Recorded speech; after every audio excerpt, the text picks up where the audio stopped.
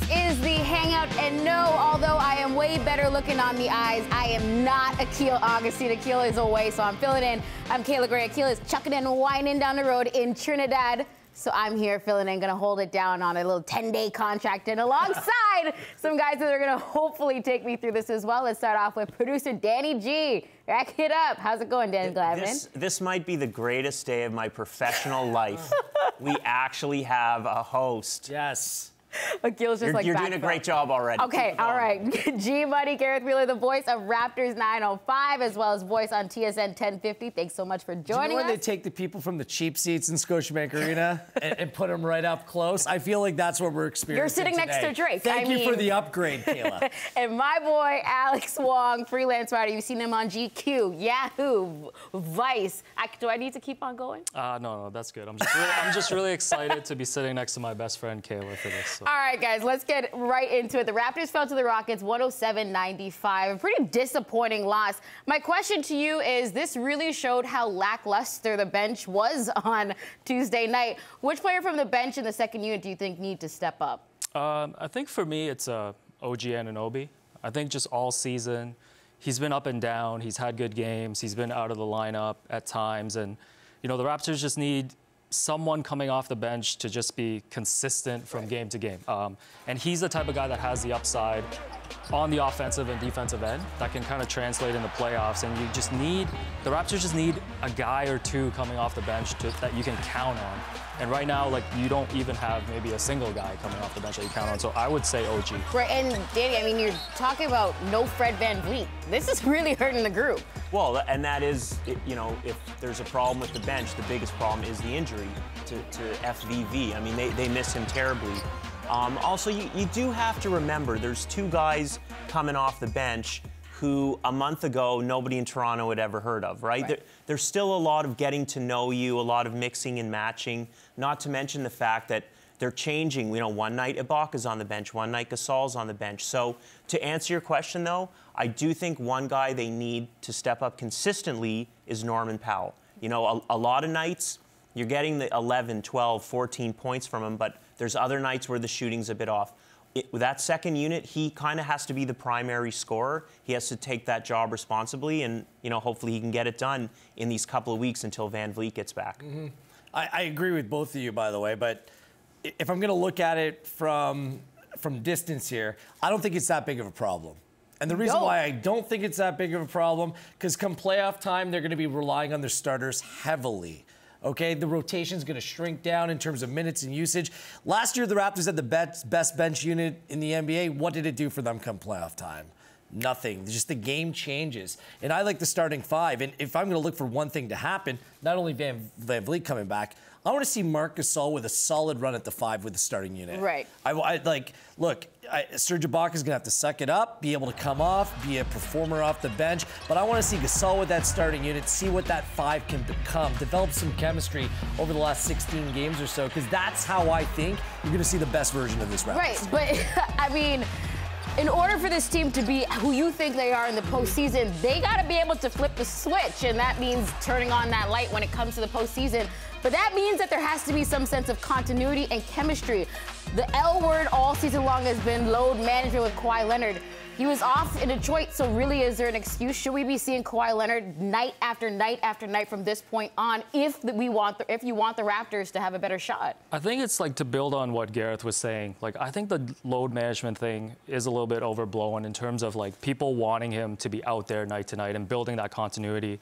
Like he said, when you put Marc Gasol into the starting lineup with Kawhi, with Danny, Kyle, and Pascal, like that starting five is going to play a lot of the minutes in the playoffs. And Kawhi's talked about, like, I'm pretty sure Adam Silver's not happy that Kawhi calls the regular season an 82-game practice for the playoffs, but like there's a lot of truth in that, right? Like Kawhi's been there. He's beaten LeBron James in the finals.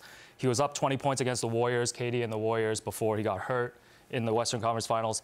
He doesn't need these reps, in my opinion. In my opinion, I think when the playoffs do start, the Raptors starting five has such a high basketball IQ, too, that they're going to figure it out. Right. Like, I think when it comes to Kawhi, he definitely has that different gear that he switches into in the postseason. He's made for these experiences. But it seems as though there's that disparity with the centers. when Jonas Valanciunas was in town, it was like if he was hot, Serge was also hot. Now it's like if Serge has a night, Marc Gasol's off. Or it's the other way around. Do you think that 5 spot's really what's troubling with this group? No, I think the 5 spot is a strength for this team, to be honest with you. What I do see, though, is that both Lowry and Gasol need Lowry to be at their best. The thing is, you're getting different things from each guy. To me, if Ibaka's in the starting 5, I don't need him to score as much, but I need him to rebound. And that is, you are getting that from Ibaka. He did that against Houston. 100%. I mean, he's averaging 10, 11, 12 rebounds really for the past month or so. I think the 5 position is a strength.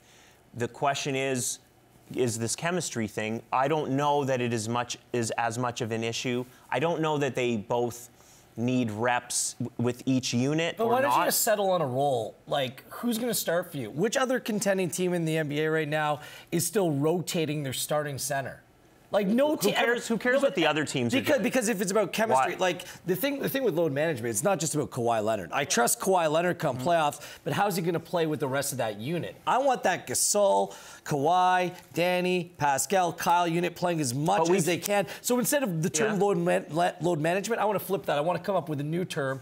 It's called team advancement. It's more than just about one player. It's about advancing the team. But when we have seen them play, they're great. Well, I want to see the chemistry's already there. But you're going to see it in the playoffs. Kawhi's right. They're still practicing right now. They're not going to switch Let's stick with the playoffs, on. though, because season stops right now. They're matching up against Detroit. They are very familiar with this group, obviously, with Dwayne Casey. Are you confident enough in a Raptors group up against a Pistons group, which Dwayne Casey says, look, I know their plays? Yes, I am confident because Kawhi Leonard didn't play on Sunday, and I think it's a good matchup for the Toronto Raptors. And I like the fact that you go down to Detroit, it's like another home game for the Toronto Raptors down there, and it will be like that come playoff time. And look, what is Dwayne Casey's MO? We all know that he can win. Well, let's get into that team. We all know that he can win nights in November and in February or March, but can he win come springtime? Yeah, I mean, that seems to be a difficulty, and that's why he's no longer the coach of the Raptors. Yeah, the problem was never Dwayne Casey in the regular season. But let's talk about Coach, because he was throwing shade left, right, and center.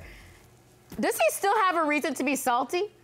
I don't think so. I mean, like, I feel like it's funny because, like, Dwayne and DeMar, I mean, they have their reasons for being upset about how things ended here in Toronto. Because they loved it here. Well, I just feel like at some point, like, they should just accept some of the blame for things that happen, right? Like, who is to blame for the fact that the Raptors were swept out of the playoffs the last 2 years? Like, if it's not Dwayne, if it's not DeMar, then who are you supposed to point the fingers at? You know, we have gone through, I'm sure you guys on this show have gone through all the issues with Dwayne in the playoffs. Gareth has just mentioned it. And, you know, DeMar's last moment, you know, I love DeMar, but DeMar's last moment was, as a Raptor, was committing a flagrant foul on Jordan Clarkson in Game 4. And we forget, well, I don't think we forgot, Dwayne benched DeMar in Game 3 in the most important game of the season, of the franchise's best season ever, right? Accountability. So, but Nick Nurse has had some, but you can't deny that Nick Nurse has had some moments too where you're like, maybe Nick's had some moments. Nick's had some moments, but I think Greg like Popovich has had some moments like that. Look, what Dwayne said in that quote, you know, he's right. They've won championships in Detroit. They haven't won an NBA title in Toronto. The question is, why does he need to say it? And there is an indication that he is, I believe the word you used was salty. And yeah, so there is a bad taste in his mouth. He did not like getting fired. Listen, Daddy G, if the tea is piping hot, pour it over because we will drink it up. Okay. When we return, we'll talk about LeBron James. Is he too old? Is there trouble in LA? We'll discuss that next.